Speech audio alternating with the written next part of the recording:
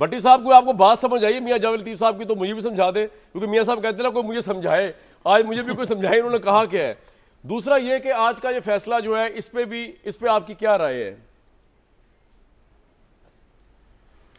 पहली बात तो ये है कि यकीन करें कि मियां जावेद लतीफ़ साहब मेरे भाई हैं। अगर ये अपना प्रोग्राम जो पहला सेगमेंट अभी तक बोल चुके हैं, ये खुद सुनेंगे तो खुद हंसेंगे कि ये क्या कहना चाहते थे, क्या कहना चाह रहे थे, और क्या नहीं कह पा रहे थे, क्या कह रहे हैं और क्यों कह रहे हैं, और क्या क्या कहना चाहते हैं, और किसको सहूलत और कहाँ की सहूलत और किधर की सहूलत। वो है ना मुन्ने के अब्बा, कौन है भाई, घर है मुन्ने के अब्बा, मुन्ने के अब्बा, मुन्ने के अब्बा, पता ही नहीं।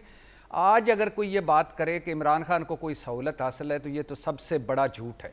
और अगर उनको कोई जेल में सहूलतें हासिल हैं तो भाई प्रोग्राम ख़त्म करके पंजाब हुकूमत के चीफ सेक्रेटरी साहब के साथ बैठें और उनसे जेल की सहूलतें लें वापस, जो एक्स्ट्रा दी गई हैं। हुकूमत आपकी है पंजाब में भी और मरकज़ में भी। तो अब ये रोना तो उस वक्त रोना चाहिए जब आप अपोजिशन में हों। अब आ जाएं जी, ये जो 9 मई का, डेफिनेटली इमरान खान को जो 9 मई के 8 मुकदमों में ज़मानत मिली है, तहरीक इंसाफ लुडियाँ डाल रही है, डेफिनेटली डालनी चाहिए उनको। 26वीं आईनी तरमीम के बाद इमरान खान को कोई एक बड़ा रिलीफ मिला है और उस पर खुश होना चाहिए उन्हें। लेकिन इसमें 2 चीज़ों का दुख है कामरान भाई, जो मुझे बहुत दुख है, तकलीफ़ है। एक कि इस सारी गर्दो गुबार में 9 मई छुपता जा रहा है। अच्छा। क्या 9 मई नहीं हुआ है? क्या ये शर्मनाक दिन नहीं है? क्या ये स्याह दिन नहीं है?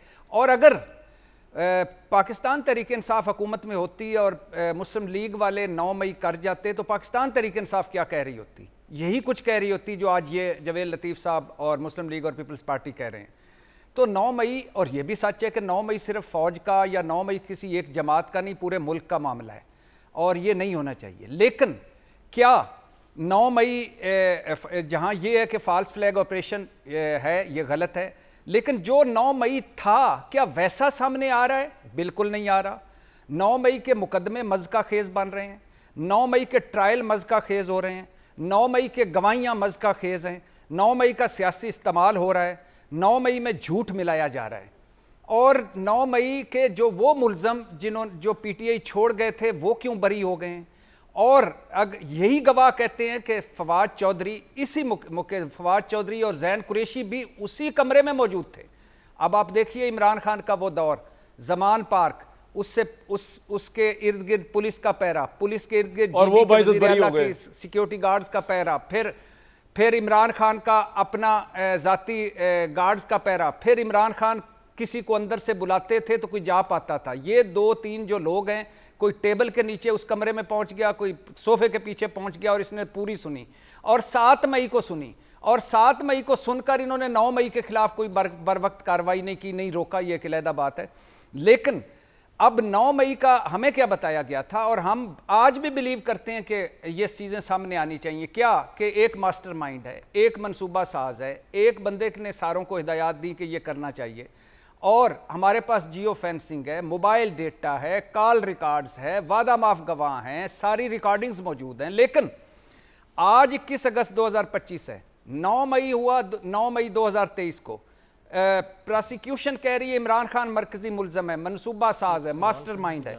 आज 27 माह हो गए हैं।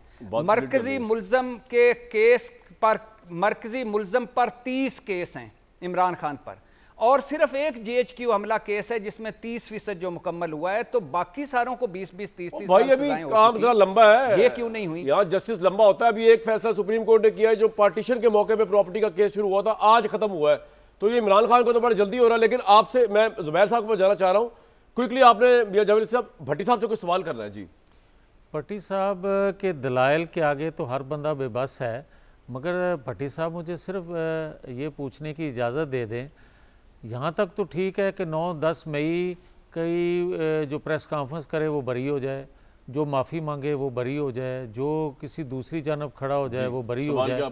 मगर भट्टी साहब खुदा के लिए ये तो बता दें कि जिन्होंने ये जुर्म किया अपने लिए किया या उसके लिए किया, और अगर उसके लिए किया जो खुद वो इतराफ़ कर रहा है कि भाई जो सजा मिलनी चाहिए। एक मिनट जुबैर साहब, एक सेकंड, मैं ये जो पकड़ता है वो कहता है कि रिएक्शन उसी तरह होगा। क्या नवाज शरीफ को यही रेंजर, यही इदारे पकड़ते नहीं थे? कितने लोगों ने जाकर वहां रिएक्ट किया? इसका मैं जरा जुल्फकार अली भुट्टो को क्या उन्हीं लोगों ने नहीं पकड़ा था? कितने लोगों ने रिएक्ट किया? ये क्या तरीका है यार कि आप खुलेआम बात कर रहे हो कि या तो माफी मांगो कि मैंने वो जो बातें की थी वो गलत की थी,